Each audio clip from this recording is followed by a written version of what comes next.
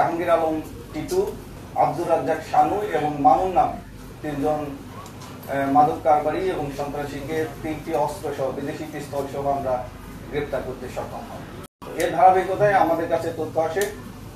আমি যে স্থানের কথা বললাম, শ্যামপুর কদমতলী থানাধীন শ্যামপুর এলাকার ভাঙ্গারি বাড়ির দক্ষিণ পাশে একটি বড় মাদকের সিন্ডিকেট আছে এবং এই মাদক নিয়ন্ত্রণ করতে যে এখানে যারা মাদক কারবারি আছে তারা অস্ত্রের ব্যবহার করে।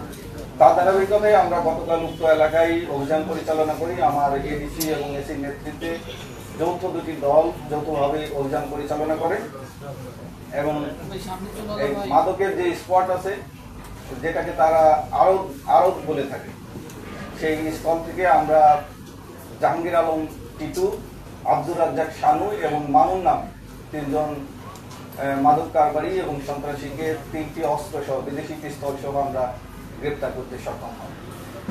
আমরা টিটু নিকট থেকে একটি বিদেশি পিস্তল, 8 রাউন্ড ম্যাগাজিন ভর্তি 8 রাউন্ড গুলি, আব্দুর রাজ্জাক শানুর নিকট থেকে একটি বিদেশি পিস্তল এবং 8 রাউন্ড গুলি সহ ম্যাগাজিন এবং মামুনের নিকট থেকে একটি বিদেশি পিস্তল এবং 40 রাউন্ড গুলি উদ্ধার করতে সক্ষম হই। অর্থাৎ আমরা তিনজন ব্যক্তিকে 3টি বিদেশি পিস্তল এবং 60 রাউন্ড গুলি সহ গ্রেপ্তার করতে সক্ষম হয়েছি।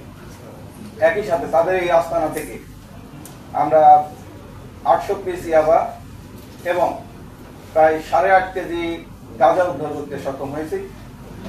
গাঁজাগুলো ছিল আপনার 54টা পুটলা আকারে, অর্থাৎ যেহেতু এরা বড় পরিসরে খুচরা যারা বিক্রেতা আছে তাদের নিকট বিক্রি করে একটি পলিথিনে একটি পুটলায় 50টি করে পুরিয়া, যেটা বলে তাদের ভাষায় পুরিয়া, আমরা 2700 পুরিয়া যার ওজন 8.5 কেজি প্রায় আমরা উদ্ধার করতে সক্ষম হয়েছি।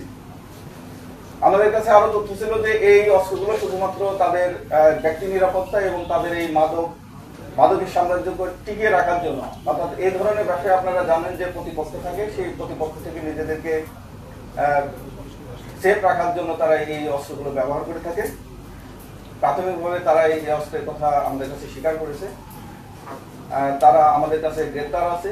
আমরা তাদেরকে বিস্তারিত তাদেরকে আদালতে প্রেরণ করবো। আজকে প্রেরণ করে তাদেরকে রিমান্ডে নিয়ে এসে বিস্তারিত জানার চেষ্টা করব এই অস্ত্রের উৎস কোথায় এবং এই অস্ত্রগুলো কোন কোন কাজে ব্যবহৃত হয়। প্রাথমিকভাবে তারা স্বীকার করেছে এগুলো তাদের মাদকের যে সাম্রাজ্য, সেই সাম্রাজ্য টিকে রাখতে তারা এই মাদক অস্ত্রগুলো ব্যবহার করে থাকে। আপনারা জানেন যে এই ধরনের অবৈধ অস্ত্র শুধুমাত্র এই একটি ক্ষেত্রেই নয়, বিভিন্ন ক্ষেত্রে ব্যবহার হয়ে থাকে। যেমন পলিটিক্যাল ক্লিং এর ক্ষেত্রে ব্যবহার করে থাকে। এই অস্ত্রগুলো কখনো কখনো আবার ভাড়া দিয়ে থাকে।